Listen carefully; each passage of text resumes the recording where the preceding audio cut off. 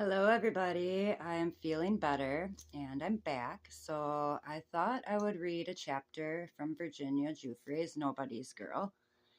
It's going to be chapter 7, I believe, and it's the last chapter of part 1. And so part 1 was called, let's see what part 1 was called. Oh my gosh, come on. All right, part 1, Daughter. So, and then part 2 is going to be called Part 2 is going to be called Prisoner. Okay, so let's get started. Chapter 7. I decided well, whatever. Okay. Chapter 7. Oh yeah, I want to see my sparkles. Let's get a little closer here, right? Oops, one sec.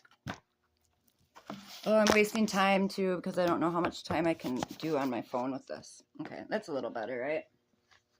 Kinda. Okay. Chapter 7, A Ghost is Back.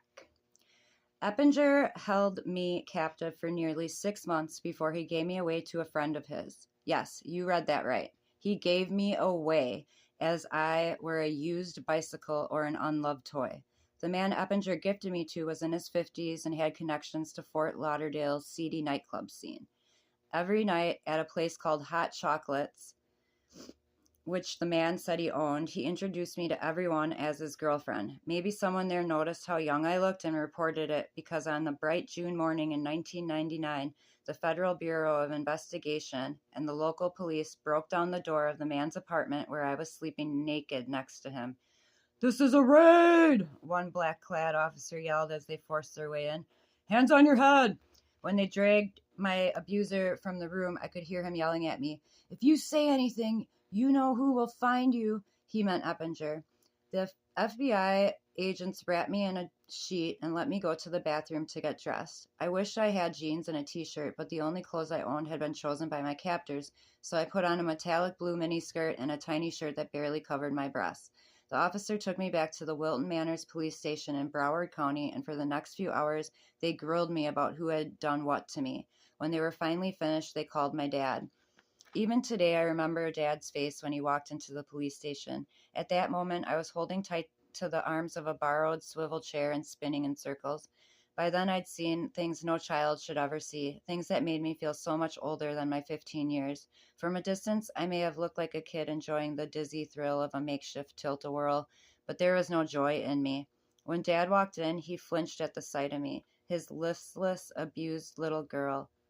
"Goddamn slut," he spat. "Fucking whore. What a fucking shit dad." Then, though, he did something I never seen him do. He started to cry. Some of this is a blur for me. I know the outline of what happened and I can summon many of the feelings I felt, but my mind protects me by not bringing the scene into sharp a focus. I remember Dad with his head in his hands telling me Mom didn't want me to come home, so he was sending me back to growing together. I pleaded with him, but he said he needed a week to find me somewhere else to stay. "1 week," he promised, "and I'll come get you out." A police officer handcuffed me then and put me back of a squad car to return me to juvie. Everyone believed I would try to run, but I was too tired to run. I would give Dad the week he asked for. I hoped that maybe just this once he would keep his word. Walking back into growing together, I recognized only a few of the kids. One girl told me I looked like a ghost that came back. Title from the other side. That felt about right. I bided my time, but with every passing day, I had less faith in my father. Finally, when Growing Together sent me out with a chaperone to get my blood and urine tested, I made a break for it. Finding a payphone in a mini mall parking lot, I called my parents' house. Dad answered full of excuses. "I'm trying to convince your mother to sign the papers to get you out of there," he said. "Well, you can quit that because I'm already out. Now come pick me up so I can come talk to Mom." Dad wasn't happy, but he did what I asked. When we got back to Rackley Road, Mom was nowhere to be found. I looked in the kitchen and stuck my head into my old room, which they had made into an office. Finally, I went back out, and I found her sitting in an old rusty lawn chair, smoking a cigarette, a beer can in her hand. When she saw me, she stood up and walked toward me. I knew better than to hope for a hug. She greeted me with a hard slap in the face, but then we both were crying. She didn't want to hear where I had been, she said. She couldn't bear the thought of it. but I could stay at least for the night. That is crazy that they wouldn't let her stay. I guess she wouldn't want to anyways because her dad was doing stuff, but ridiculous. When I think about this day, I can't linger on my parents. Thinking of them is too awful. Instead, I think of Skydee running out the back door, the screen slamming shut as he flung himself into my arms. He held me so tight that the rest didn't matter. Someone loved me truly. That didn't fix everything, but it would have to be enough. I stayed in my parents' house only a short while. While they didn't throw me out exactly, Mom soon made it clear I wasn't welcome on Rackley Road. I moved in with a family of a girl named Lorna, who I had met at Growing together. But that ended just a few months later after Lorna's dad announced that I was a bad influence on her. Lorna was back to partying again and had been caught shoplifting. I protested that I hadn't been with her when she stole anything, but her dad was done with me. I couldn't totally blame him. It's not like I was helping Lorna get clean, and I'm sure he was wondering why my own family didn't want me, but I was resentful and told him so. Are you noticing a pattern? I was unwanted, so I acted like a girl no one would want. A captive for so long, I had no idea how to harness my freedom. That's when Lorna's stepbrother Michael said I could live with him in Fort Lauderdale. Michael was a kind but troubled boy who was 2 years older than me. We had met when he visited Lorna's family's house, where he once lived, and I could tell he had a crush on me. So when he suggested being roommates, I had an idea of what he was hoping for. But I still said yes. Once again, desperation, not affection, determined my love life. Michael rented us an apartment, which we shared with a friend of his named Mario. Michael was working full time as a manager at Taco Bell and eventually helped me get a job there too. One thing led to another until we started having sex. But I had no romantic feelings for him. I just didn't know how to set boundaries with men who wanted things from me. On Valentine's Day 2000, Michael asked me to marry him, offering me his grandmother's ring.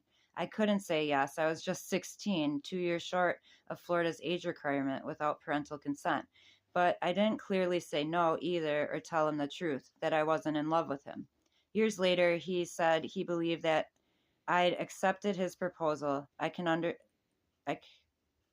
Years later, he said he believed that I would accepted his proposal. I can understand why. For all the changes I wanted to make, it seemed like I was paralyzed.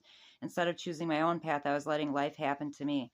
When I had opportunities to take control and advocate for myself, I often found it easier to get fucked up on alcohol or drugs instead. That's true. I need to hear some sounds that recognize the pain in me. Richard Ashcroft sings in Bittersweet Symphony. I need to hear this. I can't listen. Okay, I must have listened to that song about Britpop rock band The Verve 1,000 times that year, wanting to believe, as Ashcroft asserts, that I can change. But knowing that, like the song says, I was a million different people from one day to the next, I can change. Oh no, no, no, no, no, no, no. When I heard the Goo Goo Dolls sing Slide, I again felt the sting of recognition. Your father hit the wall. Your ma disowned you, they sang. Do you want to get married or run away? I knew the answer. Run, but I didn't act on it.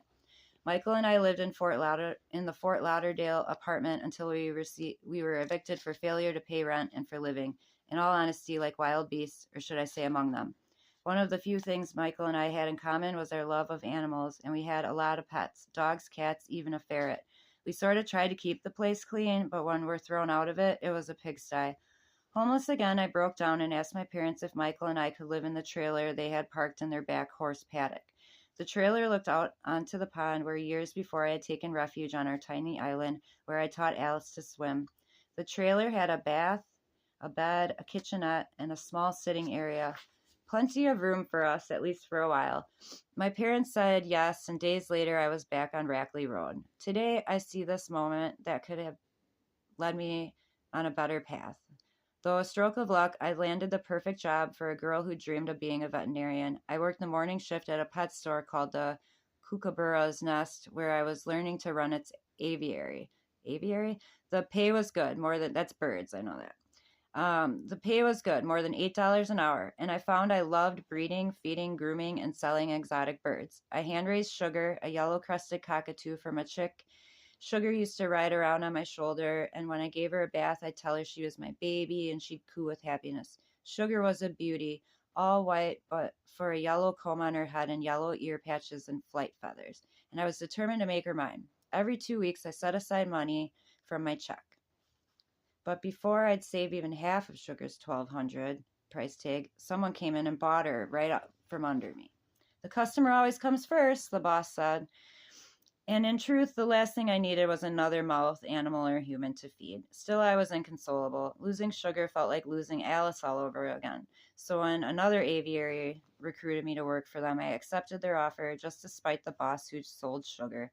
That decision proved a mistake, though, when my new employer abruptly shut down. I was unemployed again. During this period, Mom and Dad and I forged a fragile peace. You may wonder how this could be. I guess I knew them so well that being around even their most hurtful behavior felt weirdly comfortable to me. More than that, though, who am I kidding? I had no else to go, no one else to turn to. Setting aside all the indignities I'd suffered at the hands of my parents and others,